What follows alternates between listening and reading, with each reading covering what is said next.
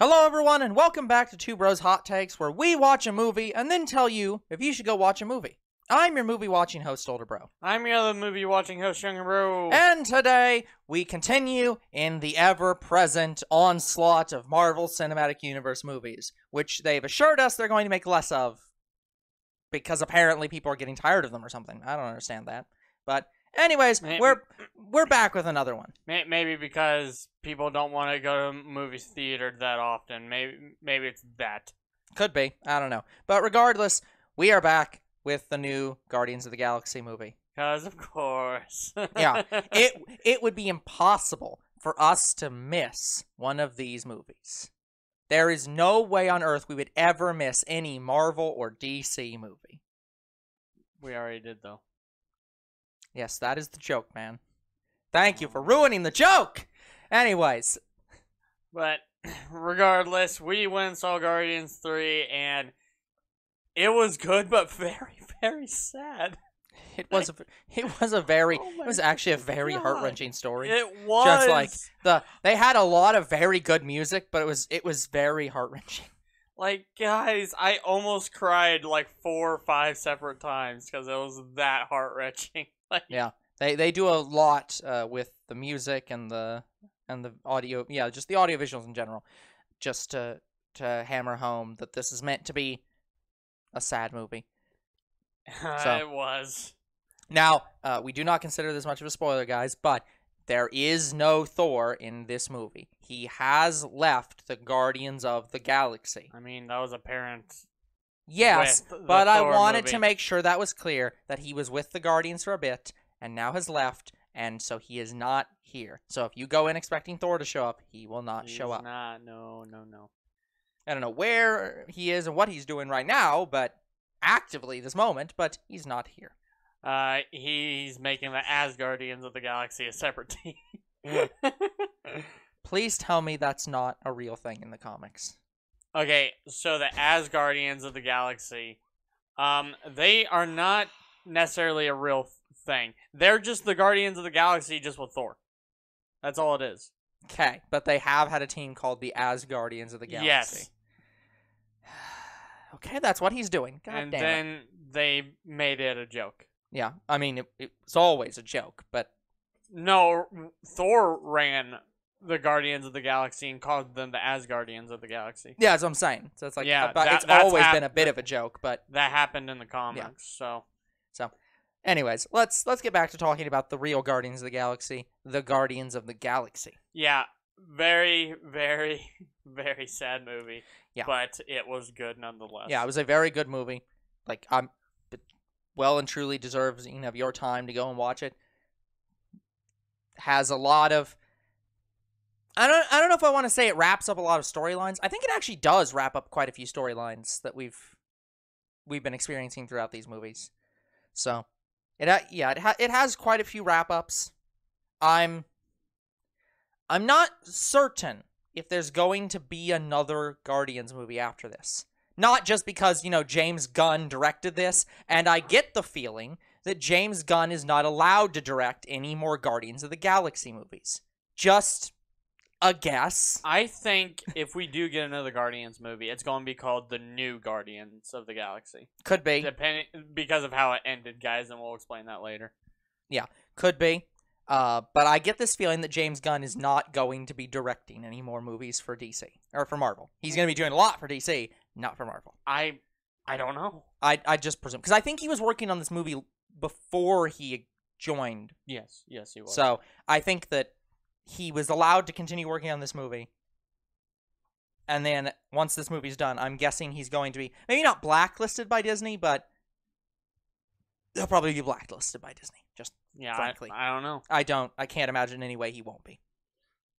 So, all that to say. Should you go watch it? Yes. Yes, you absolutely should go watch it.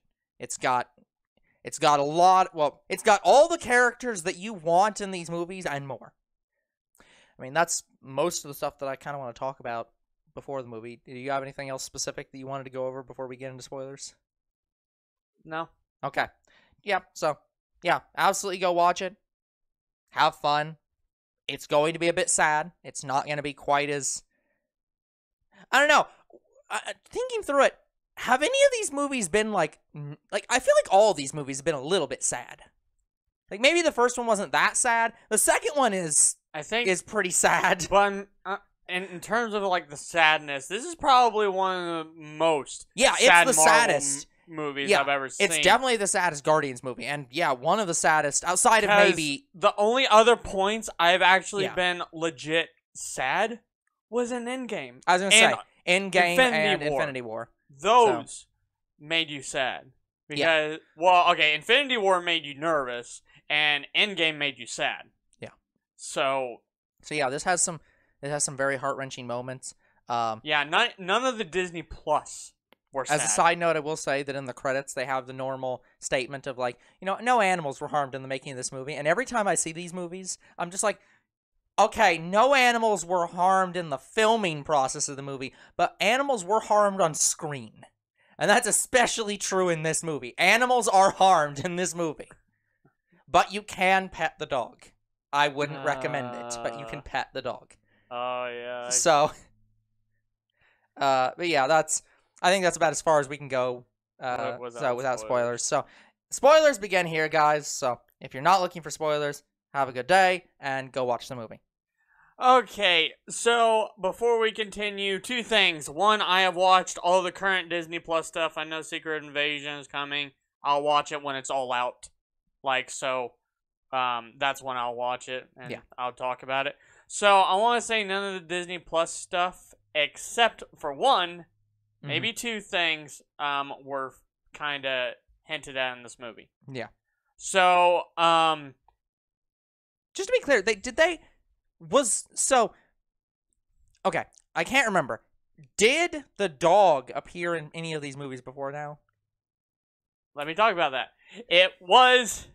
Cosmo was first introduced in Guardians of the Galaxy 1, where she was part of the collection for the Collector. Okay, I couldn't remember. Because the guy from the Collector is here. Like, not the actual Collector, but like I can't give away my clients. It's like, he's still here. The Collector is still alive, I found out. So I don't know where he is right now. He's not in this movie, but I'm sure we'll have Contest of Champions in the movie one day. Yeah. Maybe that's what they're leading up to, is Contest of Champions. Because the other thing was, that was Howard the Duck again. Yes. Wasn't it? Howard the Duck was also part of the Collector's Collection. Yeah. Well, I was going to say, but they definitely reanimated him. That was not the same model as the first scene with Howard the Duck, right? I'm pretty sure that was a different model. The first scene, he was kind of rough around the edges, but since he's now not in the Collector's Collection anymore... Yeah, he looks a lot better. Yeah, so. He just looks better. Yeah, I'm pretty sure they completely remodeled him for this, but yeah, he came off very good in this movie. Howard the Duck is great. So good. But I just want to say, I really love the idea of... Is the lore behind the dog that... I know the lore behind the dog is that she's the Soviet dog that they actually sent up into space in the real world. I get that. But, is the Marvel lore that while in space, she got psychic powers from space somehow? Okay, so... what the fuck? Let me talk about Cosmo for a second. Yeah. So Cosmo, she was in the Guardians of the Galaxy holiday special, which she was pretty much introduced in, and as hinted, she's a part of the Guardians of the Galaxy. I was going to say, she reintroduced in, since technically she was in it, but... Yeah, they reintroduced her and as an actual her psychic powers and stuff like that. Yeah. So, I don't know the backstory of Cosmo that much. Yeah. Plus, she used to be a he. So, they recasted Cosmo to be a female. I was going to say, I didn't even know if it actually was a girl in this movie. I could see it either way. They changed Cosmo to be female. Okay. And honestly, she does a pretty decent job. It was very good. The whole point of Cosmo, he is a good dog, really good dog. Yes, that was made very clear in this movie. She is the comic relief of the Guardians of the Galaxy, and she's the annoyance. I was gonna. She is supposed to be overarchingly annoying. Here's the thing. She did not come off as annoying in this movie. She came off as insistent that she be a good dog. No, but not annoying. Her playing cards with Howard of the Duck, they were annoyed with her, which is good. Well, no, they were annoyed at him. That's but the also thing, annoyed at him. They were both. They were pissed off at him for not just admitting she's a good dog. She's like, come on, dude. Just stop it with this fucking feud. Just stop lying about it. You just say she's a good dog. No. That's what they got pissed off about. Just like, because they don't want to hear her constantly keep talking about the fact that she's upset that he's calling her a bad dog. So, Cosmo, whoever played Cosmo, she does brilliant. Yeah, the only other good Cosmo I heard was from Lego Marvel Superhero 2. Yeah. Because he was overarchingly annoying, but he also had a very good voice actor. I'm like, yes, see, I thought you were gonna say that they got the voice actor for Cosmo from Fairly Odd Parents to play Cosmo. But no, the dog was great in this movie. Absolutely a great character. Loved every scene with them. Yeah, so the other thing, guys, you should know about Guardians 3, you don't need to watch the Baby Groot shorts. Like, no. I watched all of them, and they said they have some ties to the Guardians, but nobody cares. They don't matter. Only thing that I could think of that has any ties to this world, even though I know they're tied with them, is the civilization that Baby Groot kinda didn't fight. Like, that civilization was in the comics, so they're like, yeah, let's introduce them in the Baby Groot story. Let me just be clear on this, because I want to make sure that I make this clear whenever this stuff comes up. You do not ever have to watch anything from Disney Plus, ever. I understand that it might provide context and it might be fun, but if you're sitting back and saying, I don't want to pay for Disney Plus to watch some of this stuff, I just want to watch the movies, you never need to. Do not feel like you need to go watch anything. You don't. Well, trust me. The Guardians 3 credits, some of those photos were actually from the holiday special. But you do not need to watch them. That's not context you need for the movie. You will never, and I can guarantee this, Disney will never make you need to watch Disney Plus to watch the movies, because that would, A, piss a lot of people off, and B, would mean that a lot of people aren't going to like their movies as much. Well, they don't want to do that. They're already doing that with the Marvels. No, they aren't. Yes, they are. No, they aren't. Let me make this absolutely clear, and I'm talking to Young Bro as well. You do not need to watch Disney Plus to get the movies. You never will. Because that would ruin them. That would be like saying that in order for you to understand the current Superman, you have to watch Young Justice. They will never require that. Never. Because it is a bad marketing decision. Because not everyone wants to watch Disney Plus. Not everyone likes side stories. They want to see the main stories. And whether Disney likes it or not, the movies are the main stories. And they can't change that. So, well, Kamala Khan was introduced in her series, which is no leading one, up to the Marvels. And no one gives a shit. A lot of people are going to watch the Marvels, and that's going to be their introduction to her. And that's fine. They will introduce her in this movie. So, I want to be clear. I enjoy the context of Disney Plus content, but you don't need it. Just like you don't need to read the comics to enjoy these movies or know what these movies are about. And you never will. Just like you don't need to read the books whenever there's a book movie. It doesn't matter. The question is, are the characters enjoyable in this movie? And the answer is yes. Is there further context elsewhere? Yes. If you want that context, feel free. But you will never need it. So, just wanted to make sure that was clear, because there are, you gotta understand, the reason I emphasize this so much is because there are so many people who have this fear. This happens in the video game world all the time, where people sit back and say, oh, well, I really want to get into this series, but it just feels like I have to play all these other games to get the context in order to jump in. Like, people have these worries about, like, Persona 5 or any of the Final Fantasy games. They're like, oh, but I didn't play 1 through 13. I don't think I can play 15. And you don't need to. You never need to. You don't need the context. You don't need any of the stuff before it. You can start right here, and that's fine.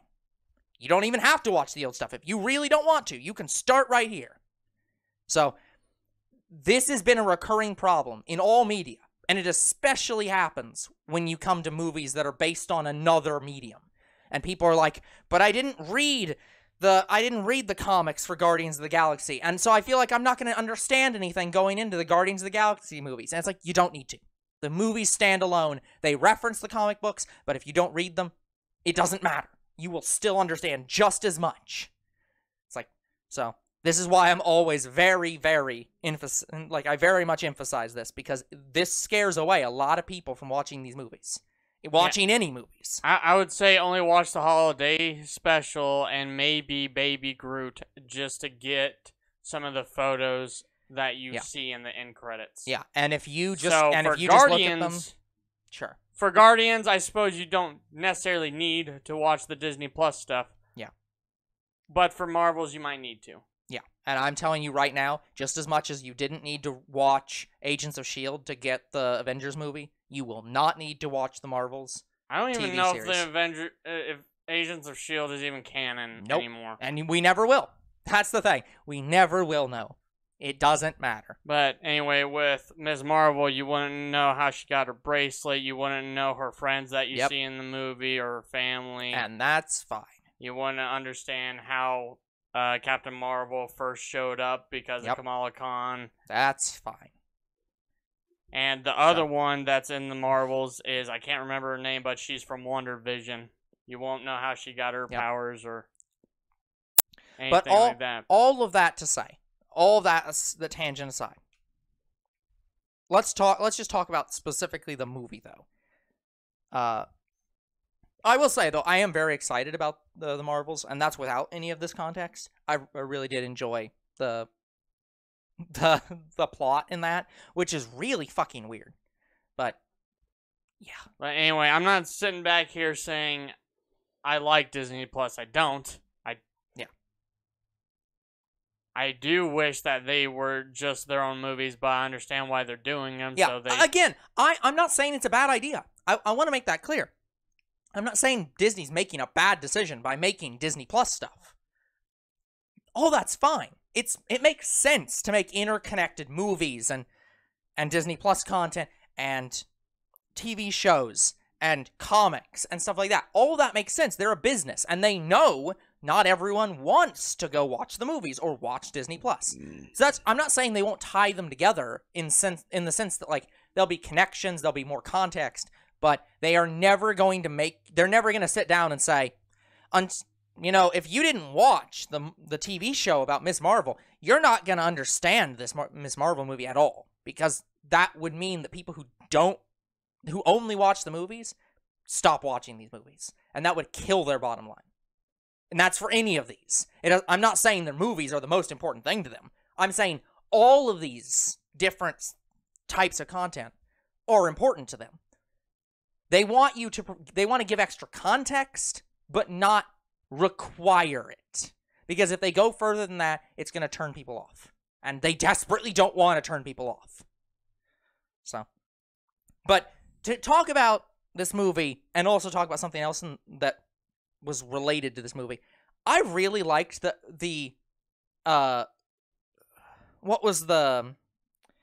it's not Doctor Strange, but I liked the doorways that they opened up in this when they were invading the ship.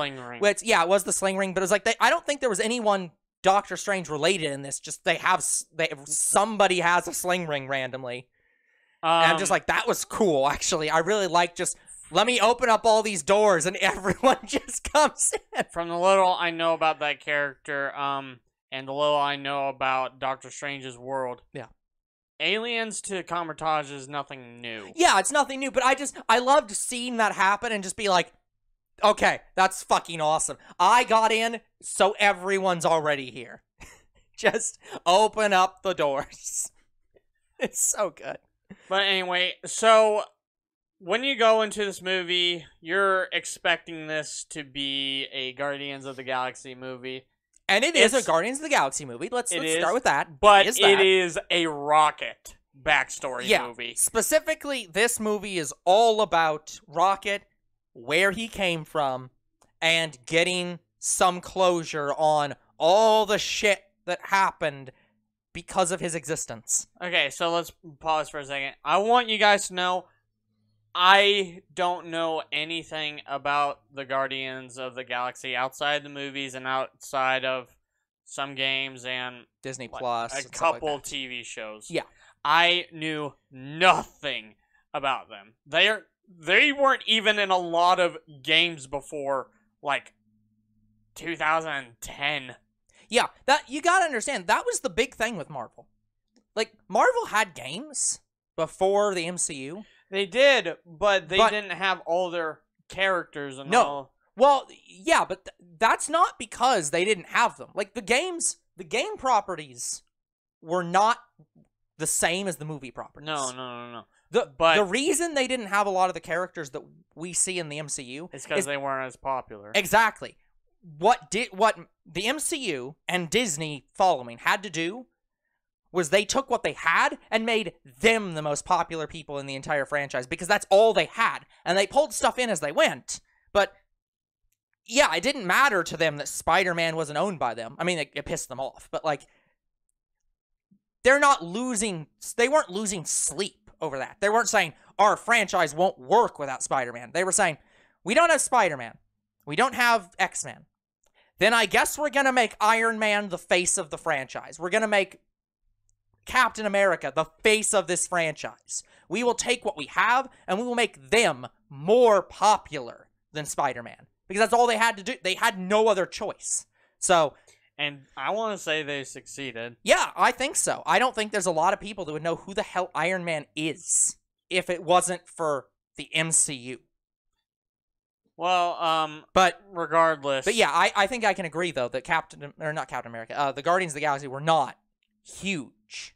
So, I knew very little about the Guardians of the Galaxy. Yep. I knew a little bit about Adam Warlock, who... associated with the Guardians of the Galaxy. Yeah, who is in this movie. And I knew a little bit about their main bad guy, and you would think, oh, it's Thanos or Ronan the Accuser. No! It is the villain in this movie. Yep. That is the High Evolutionary. Yep. And, just to be clear, I don't think he died in this movie. I think he explicitly didn't die in this movie. He didn't die by rocket, but let's assume... I mean, the ship blew up. But, look, if the fucking Collector's still alive, I refuse to accept that this guy is dead until I see a body. Yeah, so far, he is maybe, presumably, still alive. He is dead until proven not dead. So, let's talk about a little bit about the High Evolutionary for a second. So, in the comics, the High Evolutionary, he was always in this chair. Yeah. Like a floating chair. Yeah, because presumably, because he couldn't, like...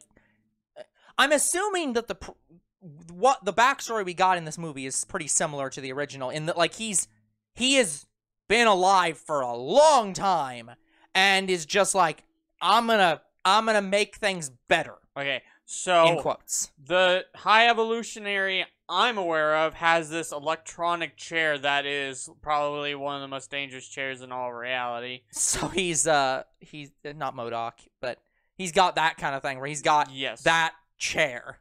So,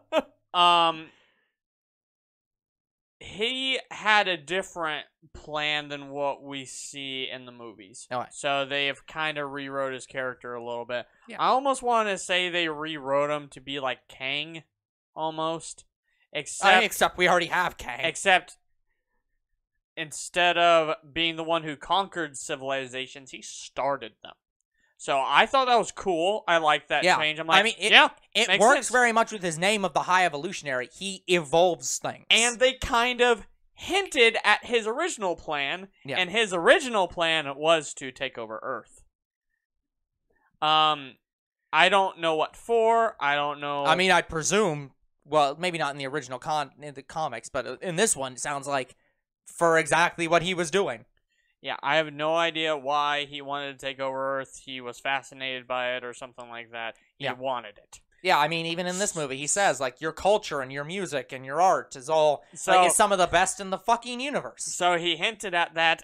And also, the other hint was Counter Earth, where Yeah. it's like, oh, he made an exact replica of Earth just with. I mean, exact Animals. exact is in quotes, but yeah, he basically Near replica. He Planet of the Apes, the Earth, except not just apes, like everything. So I certainly was not expecting that. Like, Yeah, and that was cool as hell. I will say, the one disappointment I had was, part of his lore in this movie is that he's trying to create like perfect beings, and he's trying to evolve things into like a more perfect state. And it kind of pissed me off that in the start of this movie,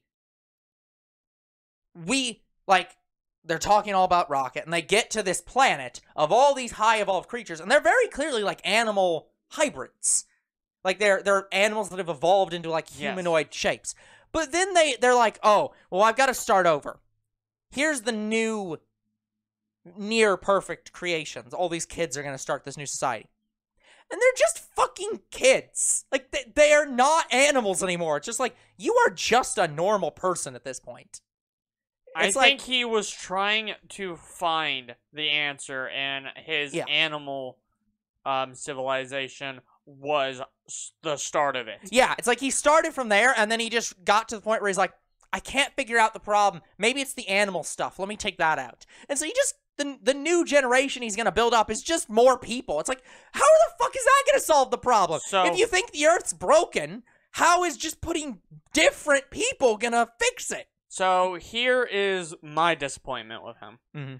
I didn't hate the character, didn't hate how they redid the story. What Yeah. I did hate was they took out a scene from the trailer again. Oh, here's the thing. I want to. This isn't just for. This is me talking to Younger Bro, but it's also talking to the audience. You always the way you look at it is you're looking at it and saying, "Oh, they took the scene out of the movie." I think you're incorrect.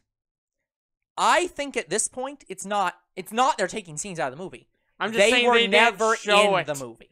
I think I that know, these I was scenes are filmed. disappointed with Yeah, it. I'm just saying. I think these scenes are filmed alongside the movie, but they're made specifically for the trailers, Anyway, and they aren't ever intended to be in the The movie. trailer had a scene where the High Evolutionary, instead of being in his chair, Yeah. he was floating almost like in a Zen kind of state, almost heading towards that chair. I'm like, yes, that looks so cool. And yeah. then they Don't put it in here. don't It's put not it there. in. I So- will also say he does actually sit in a chair. He sits in a chair on the ground at Yeah. his office or something. Yeah, it's just his It's office. so stupid. I'm It's like, like- no. I wanted him to float in Zen up to Rocket Raccoon saying I'm ready for battle, and that didn't happen. He No, just, you're not gonna get. Honestly, that sounds something more that like Doctor Strange would do, or But, like the Ancient One. like, I was hopeful they would say, oh yeah, I have to be in this position in order to like concentrate my power more or something like that, and they never went there. Maybe and I was we'll get there later. disappointed. When he inevitably shows back up again, he'll be at that point. Anyway, maybe the actor didn't want to be in that Zen mode or whatever. Who just- knows? But Anyway, so let's now talk about Adam Warlock. So Adam Warlock, so I know also very little about him. What I do know about him is he's basically Marvel's Superman. yeah, I mean, well, okay. Normally, I'd say you're right. Vision already exists or existed. No. When But- I mean like Superman, But yeah, he like might as he- well be Superman. Yeah, Vision yeah. Vision couldn't was compare I was to gonna Sentry. say the Vision has been Sorry, not forced to Sentry. be. Vision in the MCU has kind of been forced into the Superman role, but you definitely get in this movie that Adam Warlock is the Superman Yeah. type character. Although I will say, one of the scenes, he's carrying somebody. He has this face that just made me want to punch him. It's like he looks so fucking like full of himself, even when he's not trying to be. It's just like, I fucking hate you. I don't hate his character, but I'm just like, I fucking want to punch him in the face. So, the only other person that is, Superman-like in Marvel is Sentry. Yeah. And Sentry could combat Worldbreaker Hulk. Well, Adam Warlock did that too, because the original Adam Warlock, you know that stone we see in his head throughout the entire movie? I'm assuming it's an Infinity Stone. It was supposed to be. Yeah. Because he was the original bearer of the Mind Stone, not Yep. Vision. Vision was kind of... That's what I'm saying. Literally what I think... Basically, the way I'm going to describe this is, I think the role of Vision, I think what the authors wanted was Adam Warlock. They realized they couldn't get that, so they made Vision become Adam Warlock. From my understanding, there's only two things they changed about Vision. Yeah. One, he was made by Tony Stark and the Hulk, I was going to say... which originally Yeah. Ultron built him. Yeah, I was going to say, I feel like Which that's... is also kind of true. Yeah, But to be fair, Ultron and Vision have like a shared, like, Tony Stark or Hank Pym or whichever professor is in the story at the time. Originally, Ultron was made by Hank Pym. Yeah, so it's like there's been some back and forth about who actually makes both of them, but whatever. And then it was Mr. Fantastic. Yeah, and now yeah. I was Iron gonna say Man. Mr. Fantastic is the other one I was thinking of like who could do it, but Yes. like so. Yeah, they basically whoever the genius is in the story who is in the story at the time, they're always the ones that make Ultron. But outside of that and giving Vision the Mind Stone, those are the only two changes to the Vision. Otherwise, yeah, he's Vision from the comics. Yeah. Like, But I'm just saying, he I doesn't feel like necessarily have the strength of like Sentry or Adam Warlock. yeah, But yeah. he's Vision. That's I was gonna say, I'm just saying that I feel like the Vision we got in the MCU, it feels a lot like they could have put Adam Warlock there if they had him developed, but because they didn't, it was like, well, we'll use Vision. and according to this movie, they released Adam Warlock early, so he has the mind of a kid and the body of an adult. I'm like, yeah, sure, that makes sense. Shazam. But yeah, that's not the original. No. The original is he was fully developed, and I don't know if he was one of the smartest beings in the universe, but he was definitely one of the strongest, and a lot of people feared him. Yeah, I could see that. Again, I definitely got that vibe. Despite the fact he is not done right now. Like, he clearly needs to develop more. But by the end of the movie, we see him fully yeah, again, there. he's still not fully developed. But yeah, from the little bit you see of this guy in this movie, yeah, I can definitely see the Superman / Ultraman version of this character, where it's just like, oh yeah, he's I'm fucking concerned. But yeah, I liked what they did with Adam Warlock. I'm waiting for them to give Adam Warlock that beard he usually has. I'm gonna have to wait a few hundred years. I don't know why. When I see Adam Warlock, I just think of him as Golden Thor. See, I was gonna say I think of him as Golden Vision or Golden Doctor Strange. But by the way, guys, I keep mentioning Sentry. We don't see Sentry. He's not in the franchise quite yet. But yeah, pretty much the Sovereign is... I don't know if they're done, and I don't know if Adam Warlock's going to lead them, because that's kind of part of the original story where Adam starts to lead the Sovereign I was gonna say, or something. Yeah, I don't think they've been destroyed or anything. Like, they're still around, but the Queen was... Yeah, the High Priestess. Yeah, she is gone. She's gone. So, but he seems to not be giving him much of a shit about that. So, somebody's leading the.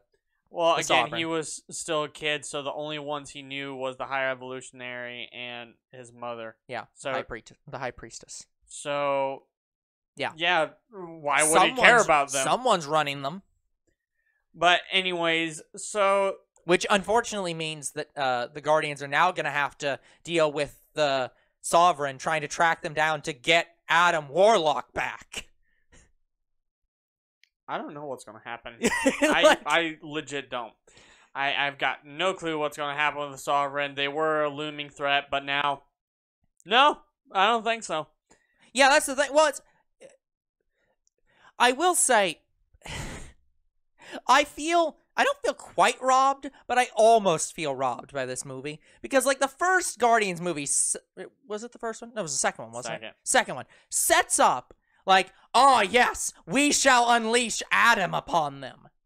I know. And this is what we get. And it's like, I mean, he was a threat. He did beat the shit out of them. Oh, absolutely. But he almost killed, like, Rocket. Yeah, like, he almost killed Rocket. He, like, if he ragdolled Nebula, Drax. if Nebula wasn't like a complete robot, she probably would have died.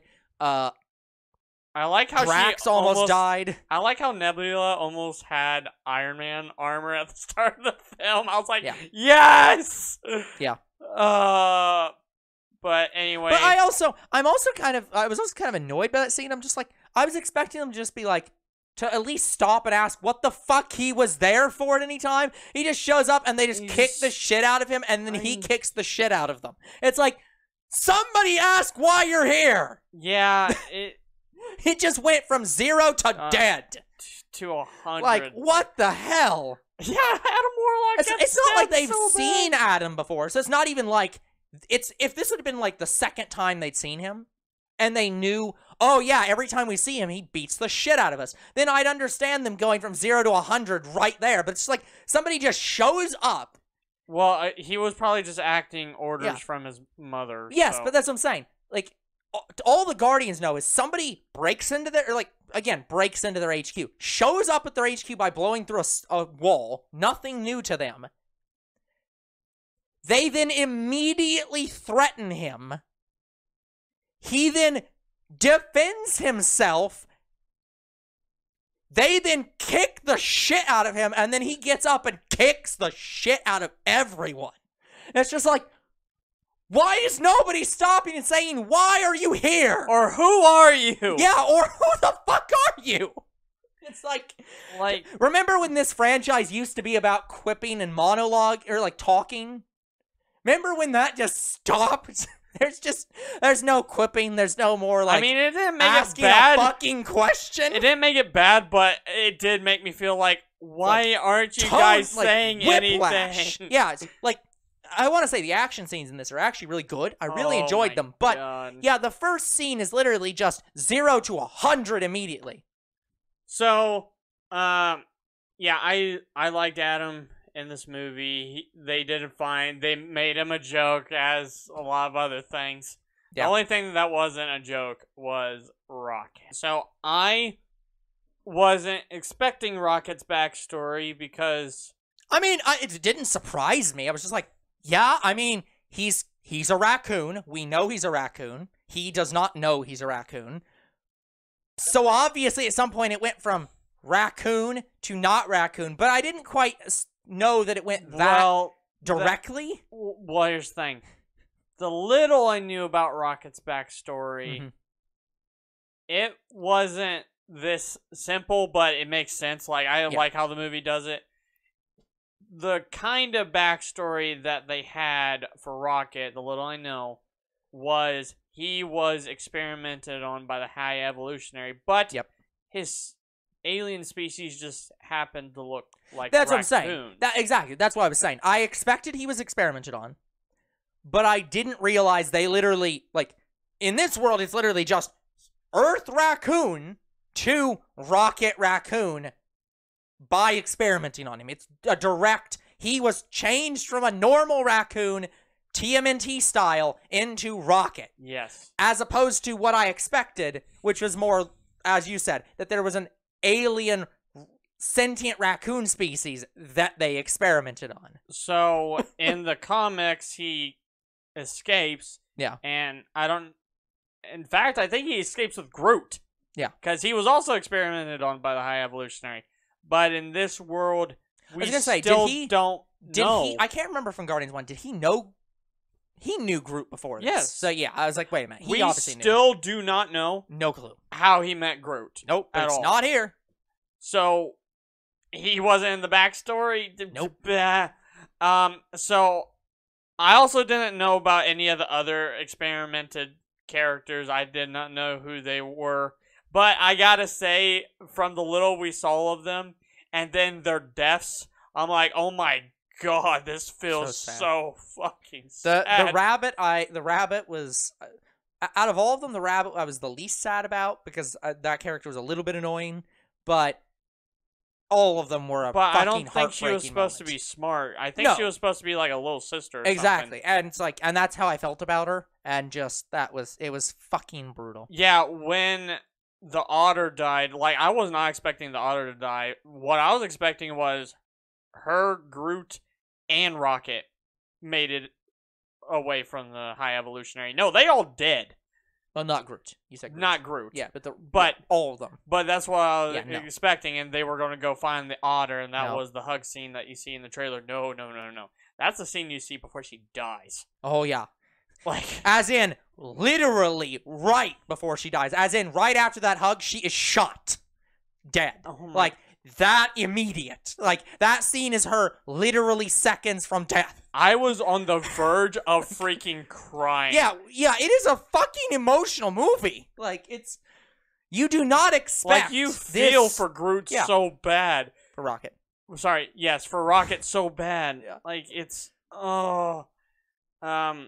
and Nebula even says, yeah, this is worse than what Thanos did to me. Yeah, that is it is really bad when a person who was abused, tortured, and literally had her eyes removed to be replaced with better eyes by her terrible, terrible father is saying that your upbringing was a million times worse. It's like, how is that even quantifiable? How is it possible that you can judge what's worse? And it's like you begin to understand, okay, I understand why Rocket didn't want to talk about it. Yeah, I mean, I can't imagine. Like, so yeah, all of Rocket's original crew / friends, they did. Yeah, Except for everybody Groot. died. So I'm assuming he met Groot on whatever planet he crashed on Yep. or whatever. That I don't remember the ship from the original movie. The ship that Rocket stole was not the same ship. No. Okay, I just wanted to make sure. I was like, I couldn't tell. I was like, I don't think that's the same ship, But but couldn't tell. yeah, Rocket is actually out of it for most of the movie because he almost dies. Yeah, the entire reason this movie exists is because they need to heal him, which means they need to get a thing so that they can heal him. Yeah, and when Rocket is brought back, oh my god, he is a beast. I loved every scene he was in after that. Yeah. Because he's like, I'm done running. Fuck this shit. Yeah, look. Like- I mean, here's the thing. The part of the reason why he did that was because literally, in order to heal him, they had to go to the High Evolutionary directly. They are literally in the same, not room as him, but on the same ship as him. So it's like, at that point, Rocket can't do much more. He can't run further. He's standing in the same building as the guy. So it's like, he literally can't run anymore. He's there. And the fight scenes... His past is threatening to kill him. And the fight scenes he does with Groot where he stands on top of him, he runs his vines. I'm like, oh my god. Yeah, so good. So fucking good. Alright. So let's go back to talk about Adam Warlock a little bit. So like I said, he's a little bit of a kid in the movie. By the end of it, he starts to realize, oh wait, maybe this isn't the true way to live.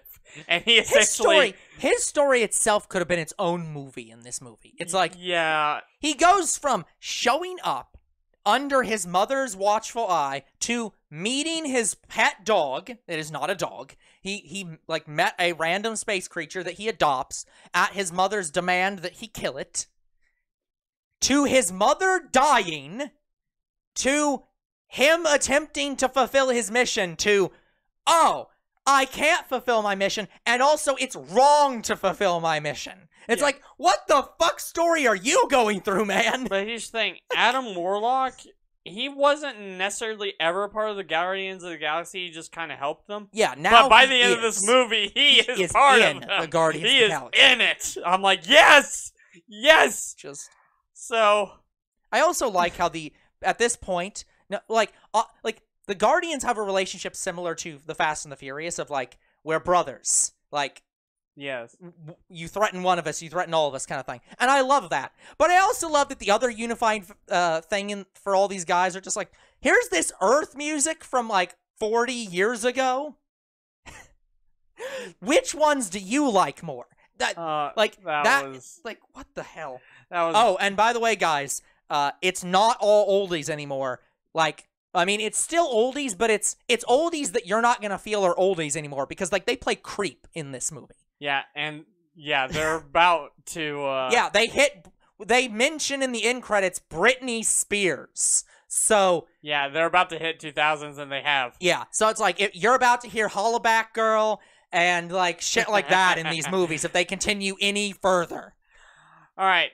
So while they're trying to help Rocket, they go to counter Earth after seeing Adam Warlock and this Sovereign Mother or whatever. Yeah. They're following the Guardians. Yeah, because Gamora is an idiot. So yeah, Gamora in this movie. Let's talk about her for a second. She's an idiot. So the Gamora in this movie, she is from an alternate reality. Yes. She basically She has no connection to the Guardians. these Guardians, Any which of them. makes sense. Yeah, it's literally before she left. But I understand she's a fundamentally different character, but it's just like, how can she think any different than original Gamora? Because this movie, the point of this movie is the cloning problem.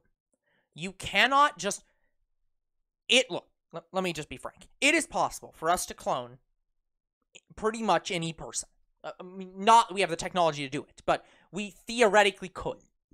We could theoretically clone Albert Einstein.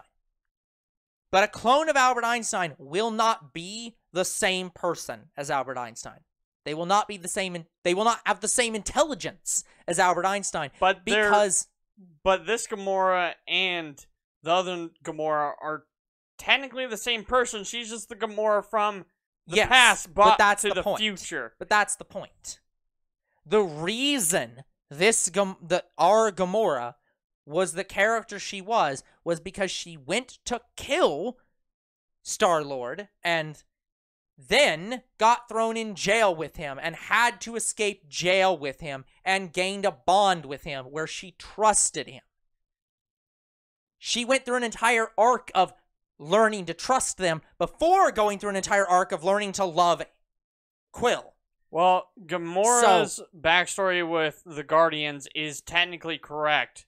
Like, it's spot on in the movies. Yeah. Where she goes to kill Quill, because he found an Infinity Stone. Yeah. And,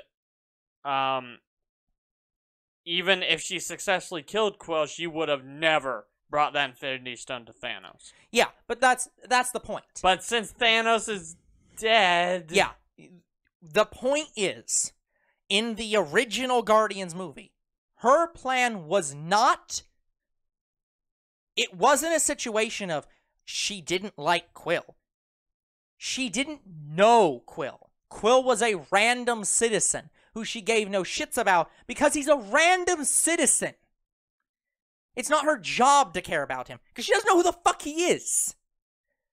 By being in jail with him and going through this whole story of we need to stop my father from getting this stone, but also we need to stop this crazy lunatic from getting this stone as well, they formed a bond and knew each other. And then through the second movie, they fell in love. So what the Gamora in this movie what they've done because of the time travel stuff is they literally took Gamora out of time before she was sent to kill Quill. Yes. She's that Gamora. So yeah, her father's dead. She doesn't care about that anymore. But she also doesn't care about Quill.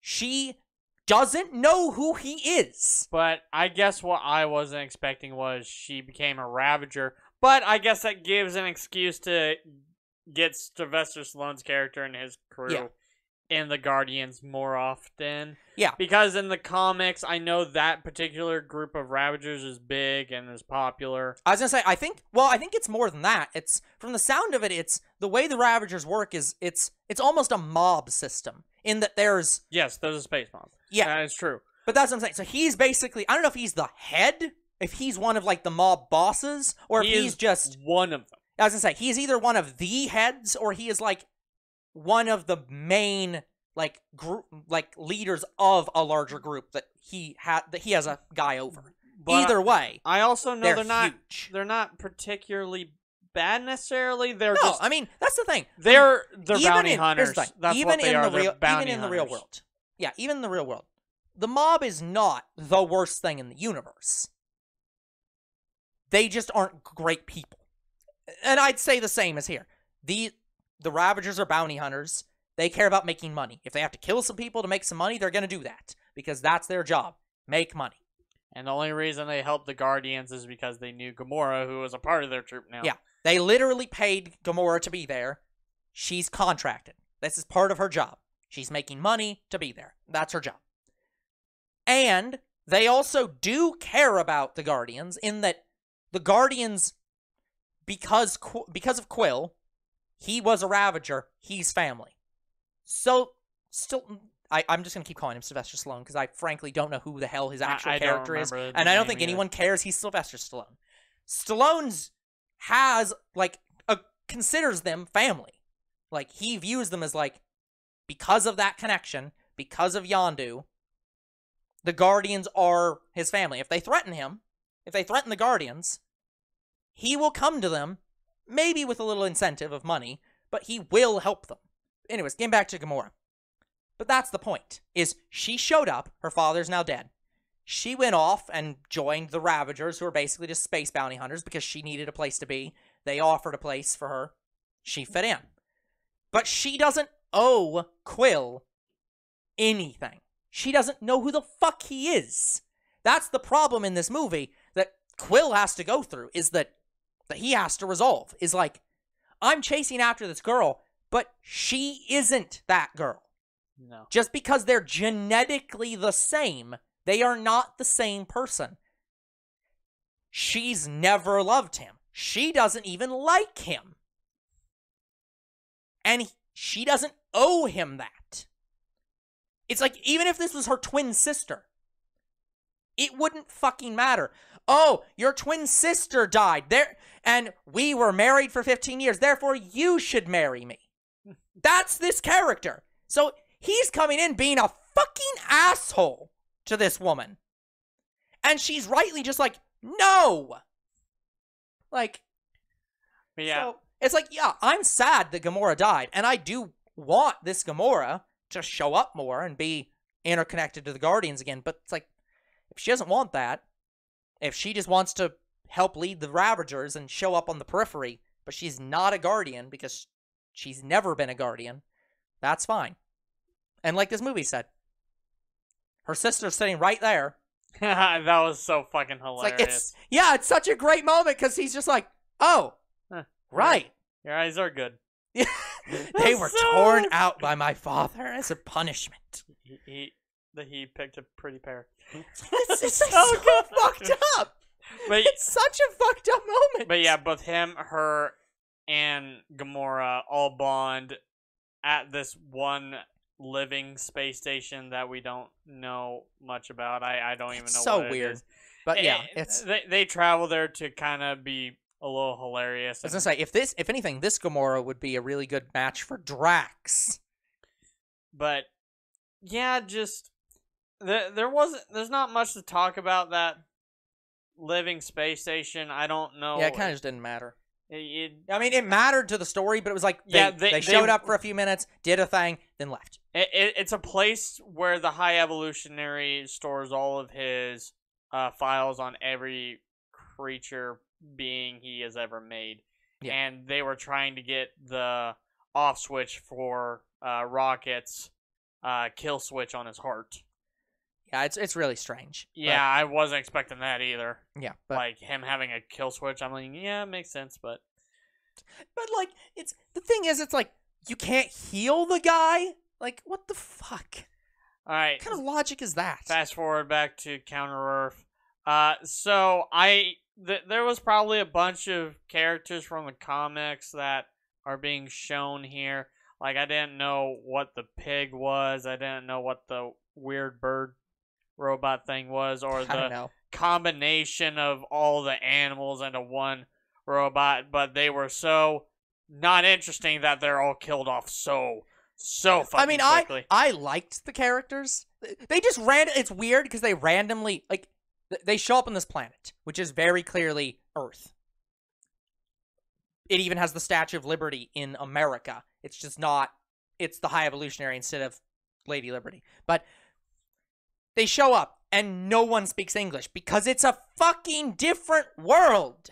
And then they randomly go to the High Evolutionary's place and they make a point to emphasize, because Quill just assumes they don't speak English, and they make a point to emphasize that they speak English. It's like, what the fuck? What was the point of making them not speak English? If you're just going to have the High Evolutionaries guys specifically speak English. I think they're... Or Terran, I guess. I think they're they're probably among the same batch of group that Rocket was. And I that's guess, why but they it's can just, speak well, English. I don't think they're the same batch, but like, yeah, it's just really weird that like they had this entire species of like animals that all live on this planet, multiple different species that speak one language, and then you get to the High Evolutionary's place with armed guards out front. He goes to speak with them and attempts to do the thing they did before to speak to them because he assumes they don't speak English, and they're just like, we've been expecting you, and it's just like, that was so... What the fuck? Is so weird. But anyway, so Counter Earth is destroyed because he destroys It's all not of good his... enough. Yeah, the High Evolutionary destroys all of his creations that aren't perfect enough. So he literally blows up the entire planet of Counter Earth. It's gone. Yep. Head's gone. No survivors. Well, sort of survivors, but again, these are the kids that are just normal humans. They literally are no longer animal in any way. And it's just like, all what of the fuck? animal residents that we see on Counter Earth, they're all gone. Yeah. So, yeah, that happens, and now we're getting into the final phase of the movie, where it's the start of the fight of the High Evolutionary. Yeah. So, Quill, he goes to this spaceship before the Earth is destroyed. He had a plan to escape all along. He escapes with Groot, but some of the Guardians of the Galaxy think he's still on the ship. Yeah, so he's taking off. So they break into the ship. But Peter's off that ship already. Yeah. And Half they are this now movie on is the people. ship. Half this people is people. Or half Half this this movie movie is is people not understanding each other. Well, I was gonna say, no, all of this movie is people not understanding each other. Half this movie is people not knowing where each other are, so they go to a place expecting that they're there, and they're not there anymore, and they're back at the people they were searching for are back at the other place saying, "Why the hell aren't you here?" Like, oh, what it's the so hell? fucking funny. So, Peter and Groot get picked up by Gamora, who can't fly a ship, apparently. But somehow doesn't kill them. Speaking of the ship, I loved that ship throughout the entire fucking movie. That was, like, the best Guardians of the Galaxy ship I've seen. Mm-hmm. But anyway, so it's that ship, and apparently, nowhere. Nowhere is the Guardians HQ. It was made into a ship. Yeah. Also, I would like to point out, there's one contradictory piece of information in this movie where the High Evolutionary contradicts himself, because in this movie he explicitly states there is no God, that's why I stepped in. Meanwhile, then Nowhere shows up, and he specifically tells them to destroy that dead god's head. And it's like, what the fuck do you mean there's no gods if you're calling that a god? You're lying somewhere in there. It's just like, what the fuck? It's so weird. But anyway, so they managed to get the kill switch off of Rocket's heart. And then they just go beast mode and start destroying the ship after they get reunited with the rest of the Guardians of the Galaxy.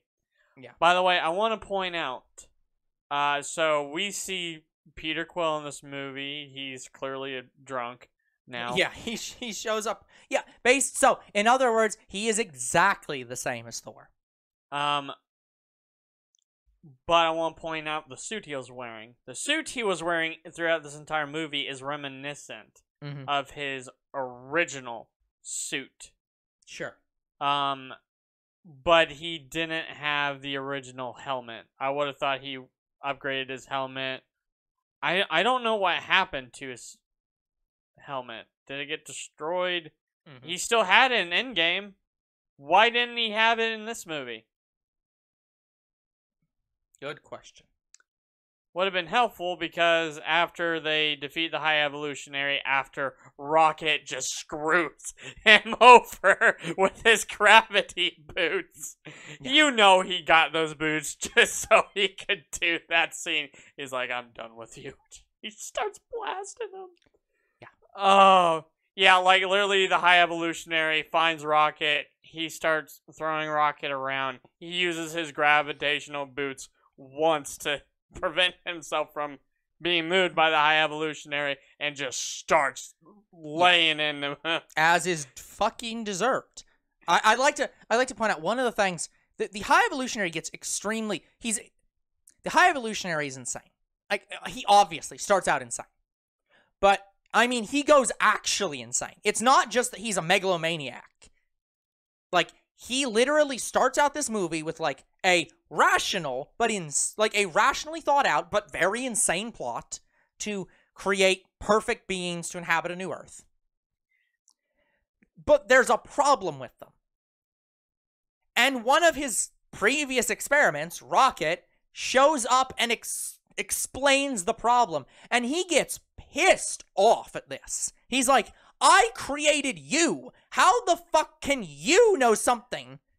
How did you know about this? I didn't. Yeah, what he didn't realize is he made Rocket one of the most intelligent creatures in the entire universe. Like, he does not comprehend the concept that a created being could exceed its creator. Like, in the sense of, like, he created Rocket. He cannot comprehend the idea that Rocket could become more intelligent than him about something. It's just like, that's not possible. But he is. Yeah. And so, because of that, he goes fucking insane in this movie. So insane that... So obsessively insane over Rocket. It's like, that literally they rebel against him. Yeah, they rebel against God. Yeah, the people who were helping him guide his ship rebel against him. Yeah, everyone threatens to shoot him. Because they're just like, no, you are literally so insane, we are mutinying right now. Because if we don't, everyone else will die. And he's just like, that's a sacrifice I'm willing to make. Just, your lives matter none in the grand scheme of things.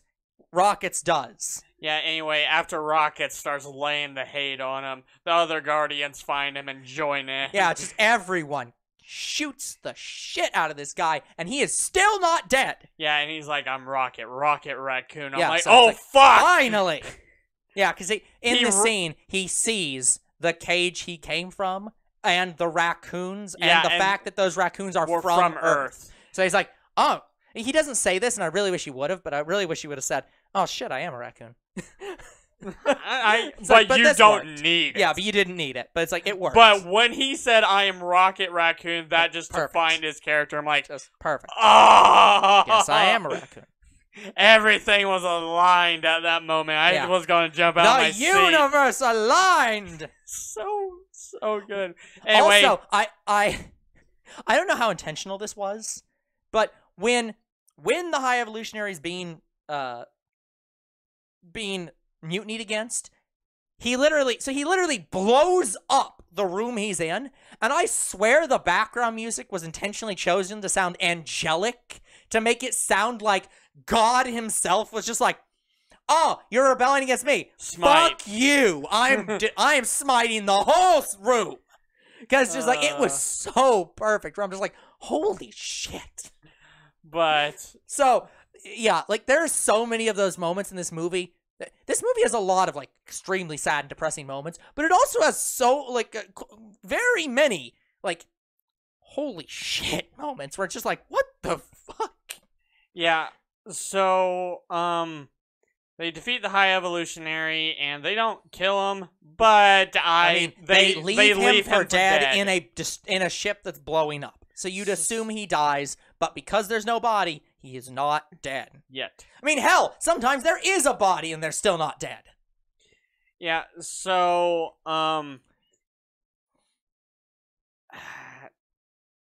then it starts to wrap up the movie where everybody's going off and doing their own thing, and Peter Quill names Rocket Raccoon the next leader of the Guardians of the Galaxy. He goes off and decides, hey, Rocket's been running his entire life from this stuff. I'm running from my family on Earth, and I need to stop doing that.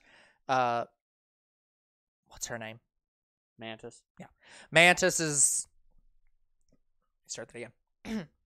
Mantis is like, hey, I've just served your father this entire time, and then... You guys. Yeah, and then I started serving you guys, and it's like, I need to leave and figure out who the hell I am, and... With the implication they may come back one day. We don't know. Yeah. But for now, at this point in their life, they need to move on. And this is after they save all the animals and all these... The next generation that the High Evolutionary was creating. Yeah. Nowhere is suddenly starting to become somewhere. I mean, it's literally Guardians HQ. Yeah. And apparently it has 4 fucking Ultra Death Star cannons installed in it to, like, blow things up. Yeah, and we finally get to see that one... When the battle was happening, we finally got to see that one guy with the Yondu's fin. With Yondu's arrow. Yeah, he finally got it. You aim with your heart, boy. Yeah. So I'm like, oh, he's the successor of Yondu. Yeah, that's the idea. That's cool. I liked it.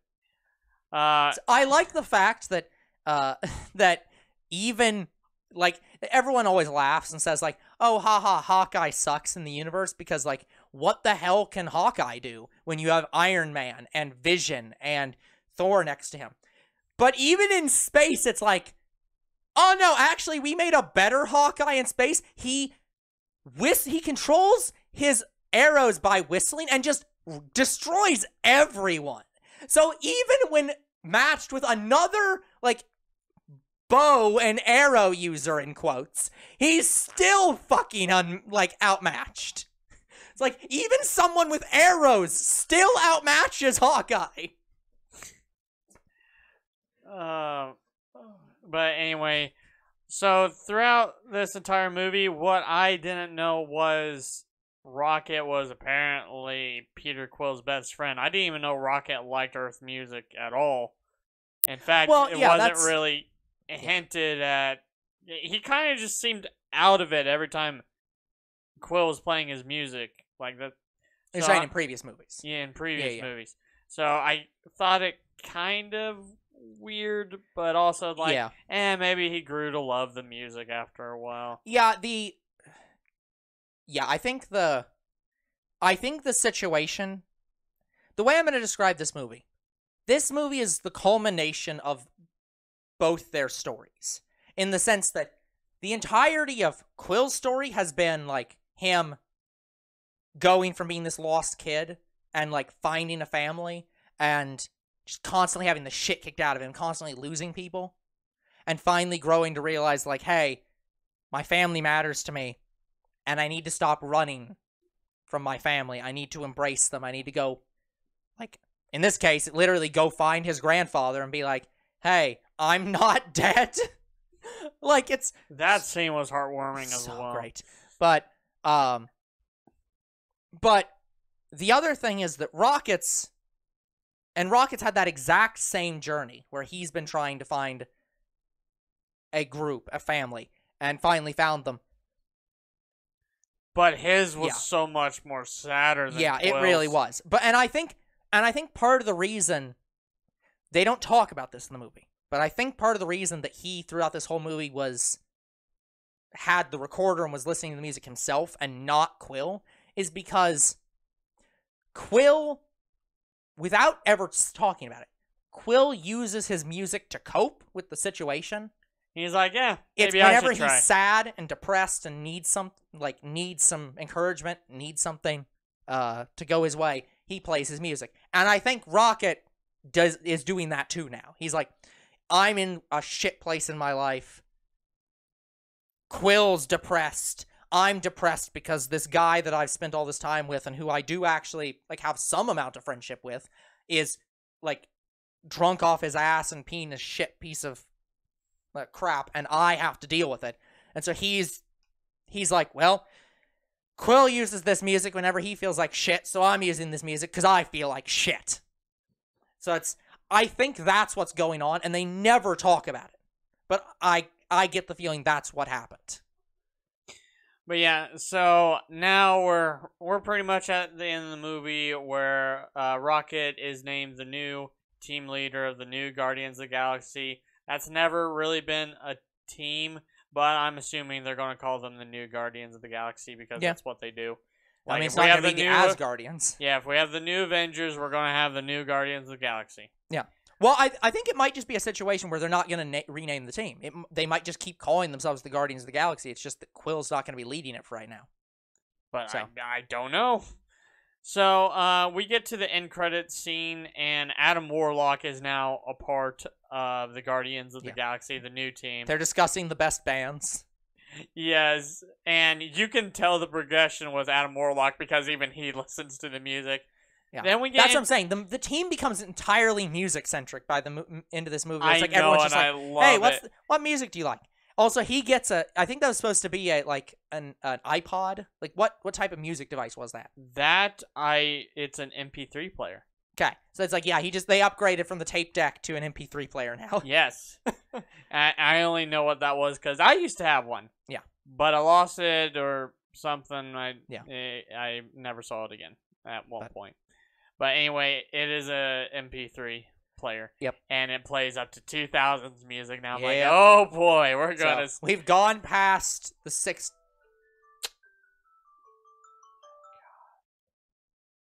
We've gone past the 60s and the 70s, and now we're into not even the 80s. We're into the 90s and 2000s, guys. This music is starting to catch up. Well, a little bit. But anyway, so we get introduced to this girl that was saved from one of the new colonies. She speaks English, but I have no clue who she is. Nope. I mean, I think they hinted something when they had her right eye glow, but I don't know what it means at all. But yeah, I like how Rocket adopted Quill's thing of like, well, I'm the leader. I like music. Yeah. Like, if you're the leader of the Guardians of the Galaxy in this universe, you have to like music. Yep. I loved the Finn guys. The Finn guy saying, yeah, I like Garth Brooks. I'm like, yes! They had Garth Brooks. They had King Crimson in this.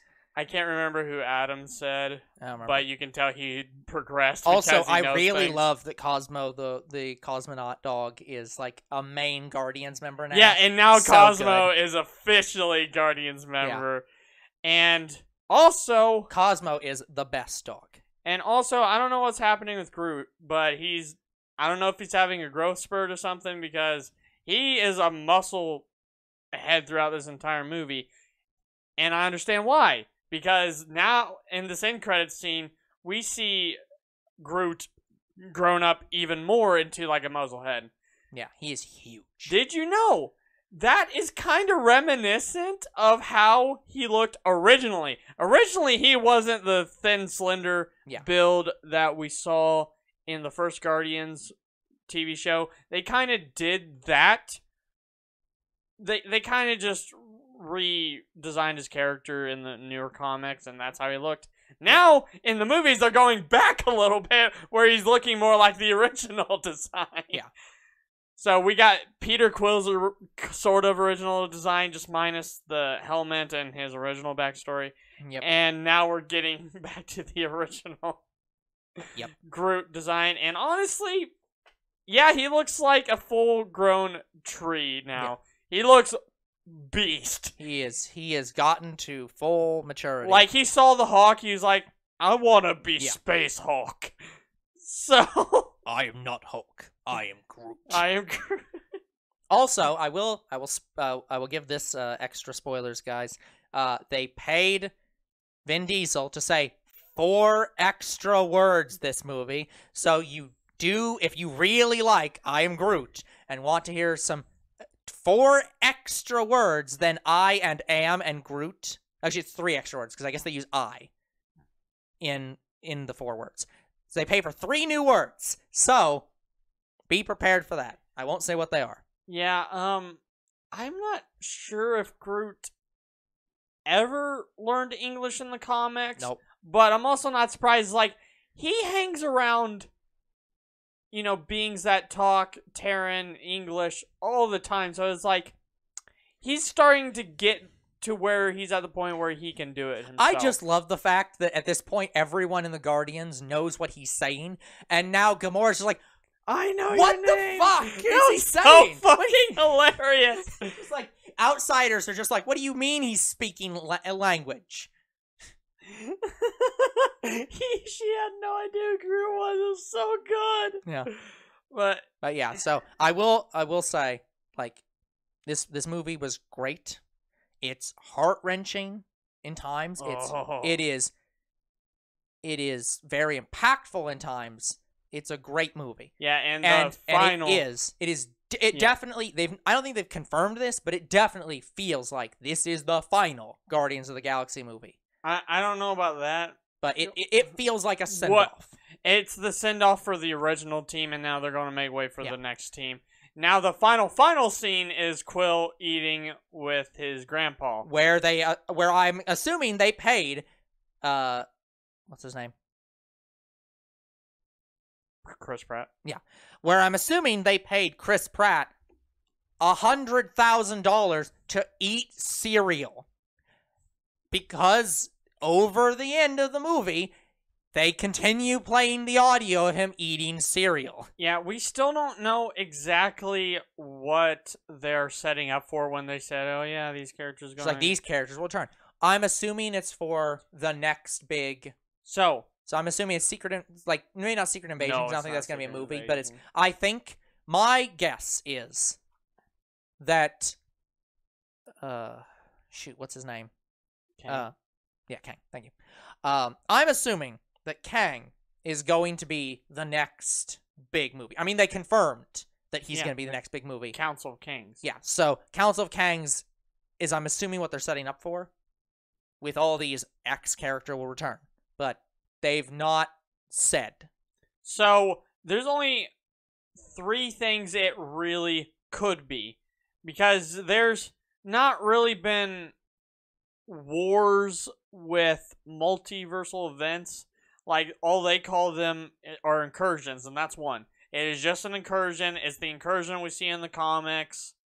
And it's where we'll probably see Miles Morales. And well, part of the reason they do that is because an incursion, the concept from my, again, I don't read the comics, but from my understanding, the point behind an incursion is it's 2 universes colliding via it doesn't matter what caused it, just 2 universes are coming together, and if it's not stopped, they will literally destroy each other. Yes. So they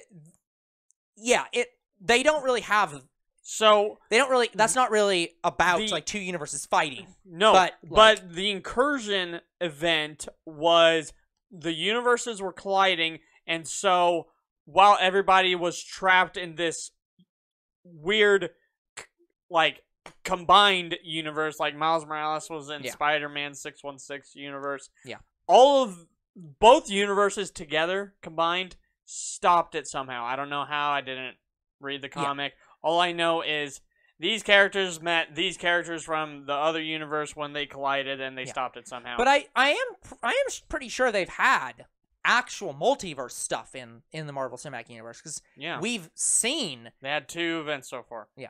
Well, I'm not talking technically MCU. 3. I'm not talking MCU. I'm just saying, like, generally, there is multiversal, like, actual multiversal stuff. Because, like, we've seen stuff where, like, other Mr. Fantastics show up who have, like, where he has the Infinity Gauntlet in that universe.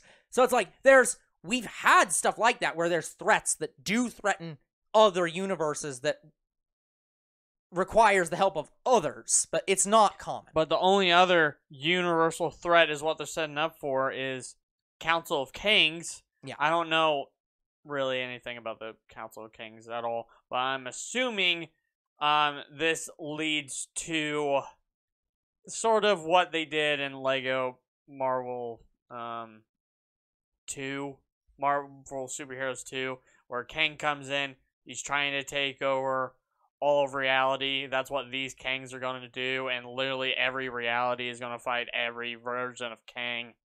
Yeah. So that's probably what's going to happen in that film. What was the third thing that could happen? Celestials, No, Galactus, it's a multiverse thing. Doctor Doom. No.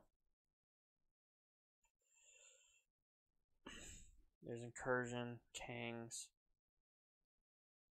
and I mean, the Watchers don't really. no. We got nothing. Damn it! I don't know the franchise well enough. There's a third event that happens, but I can't remember what it is. Maybe you guys can remind me in the comments, but that's the only other thing they could be setting up for. But anyway, But I'm pretty sure it's Council of Kangs, given that they've literally already announced that the next Avengers movie is Council of Kangs. yes. So, like, if this isn't saying it for Council of Kang, if they do the Council of Kang movies, and the Council of Kang movie says, the Avengers will return, I'm just gonna be like, in what? What's left? I don't know the third So. one. The only other thing they could do is something like Madam Web related, but Yeah. But, I don't know. I got no clue. Well, But anything anyways- else you want to talk about with these movies? Or this movie, specifically? Not with this movie, but guys, you know, I've watched all of the Disney Plus stuff. I am caught up on everything. Like I said, not really a lot of Disney Plus stuff like happened in Guardians of the Galaxy besides the pictures they showed in the Yeah, end they had credits. some tie-ins, but... So, we will be talking about Ms. Marvel when the Marvels come out. Yeah. I'm sure younger bro will not shut up about it. So. But anyway, I don't think there's really anything more to say than we're probably going to see the Guardians of the Galaxy again as the new Guardians of the Galaxy. Probably. So, okay, guys. Well, that's going to be it for this hot take. We will come back next time with a new movie. We do know what it is because we've written them all down, but we're not going to tell you. So, we will see you all on the next hot take. Goodbye.